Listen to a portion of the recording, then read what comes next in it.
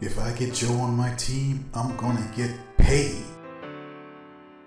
Joe's been an usher here for years. He's gotta know everybody, and everybody knows him. Axel, are you still here? Church has been out for an hour. Yeah, I know. I came back because I wanted to talk to you about a great business opportunity. Business opportunity, huh? Well, come on inside. Let me hear all about it. All I need is a few good people on my team, and I make commissions on everything they purchase. This is an excellent opportunity for you because you know everyone in church. You would rake it in, man. Wow, this must really be a big deal. You're the fourth person today. But the other three who asked didn't bother to wait until service was over. I even had business cards stacked up from people dropping them in the offering basket. This happens from time to time, about every 6 months or so. A new business opportunity crashes in like a wave. And I have to admit, some of them, like yours, sound really fantastic. There's only one thing that frightens me. When a wave comes crashing in, it tends to wash away everything not anchored down.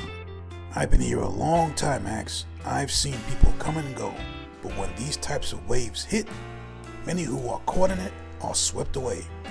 I no longer see them in church, and the others who are still here seem to have lost the passion they once had for spiritual matters. But there are a few who have been able to guard their hearts and even thrive in these opportunities, and still have God as their first love burning brightly in their hearts. Let me give you a little advice, Ax. If you feel this is right for you, go for it, but guard your heart.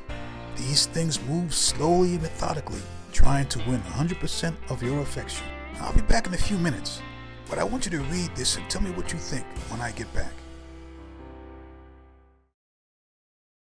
Then it was time for the offering. Please give. We have many poor people right in our community that need food and clothing. I know he's right. My friend lost his job and now he has to live in a homeless shelter with his wife and baby. But what can I do? All I have is $20. Bob thought for a few minutes about how thankful he was to have a job and that he was going to receive another paycheck, but many would not. So Bob gave $20. After church, Bob was greeted by a friendly, cheerful gentleman.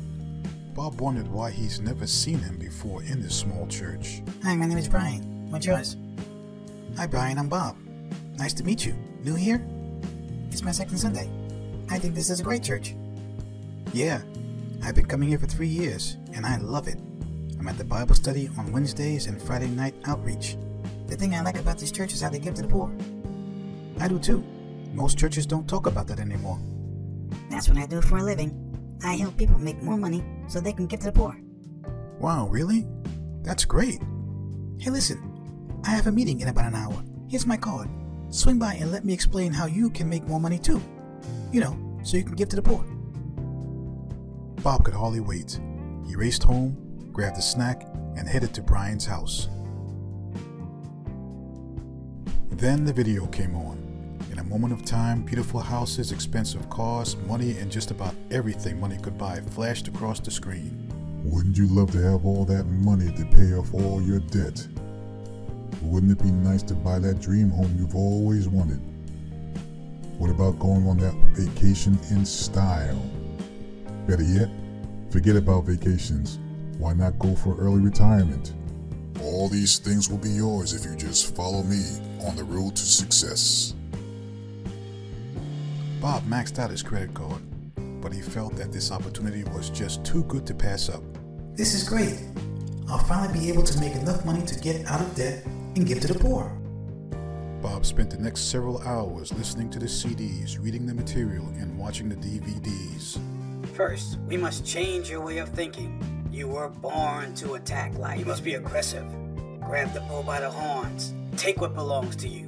You deserve more. If you focus on my words, make this your #1 priority, and drop all other pursuits, I will change your life. Don't get caught in a failure mentality. You don't want to be a loser. You didn't just purchase a program. You purchased a chance for a better you. He spent all of his spare time that week, including the entire Saturday, listening, watching, and reading the material. It says in order to be really successful, I must recruit others to work for me and increase my earning leverage. Wow, it's 4 o'clock in the morning. I won't be able to get up in time for church today. I'll stay home and get some sleep instead. But Monday morning, Bob was full of energy. At the first break, Bob spoke to as many people as possible about the opportunity. And then again at lunch, Bob spoke to anyone who was willing to listen. He even held meetings in his small studio apartment on a regular basis.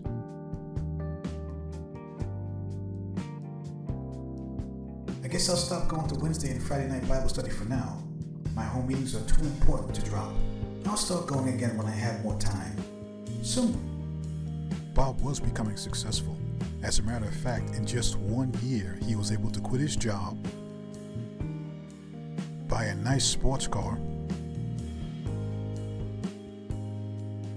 and move into the top floor of a spacious apartment overlooking the park. Bob was also becoming more polished and skilled in his presentations. Hi, I'm Bob. How'd you enjoy service today? Hey Bob, I'm Steve. Service was great. I really think I want to become a Christian. You know, Steve, it's really good that this is a giving church. Yeah, it really helps the community. I really wish I knew how to become... By the way, Steve, let me give you my card and DVD. I show people how they can get out of debt and give to the poor. Wow, that's great. I would like to... Good. I have a meeting tonight. Come by. Bring a friend. Bob also noticed something even more powerful than his speaking skills. He discovered that the more successful he became, the easier it was to recruit others to join his opportunity. But even after a few years of rapid success, Bob couldn't escape the feeling of emptiness gnawing at him. It seemed to get stronger and stronger with each passing day.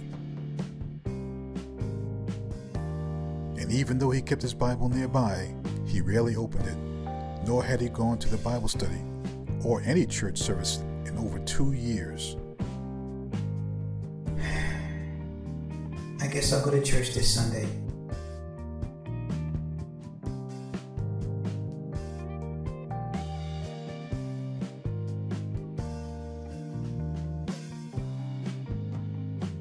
Then it was time for the offering. Please give. We have many poor people right in our community that need food and clothing.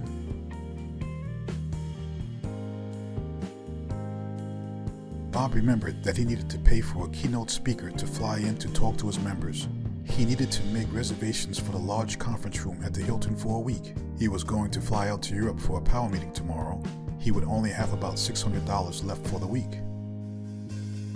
So Bob gave $20.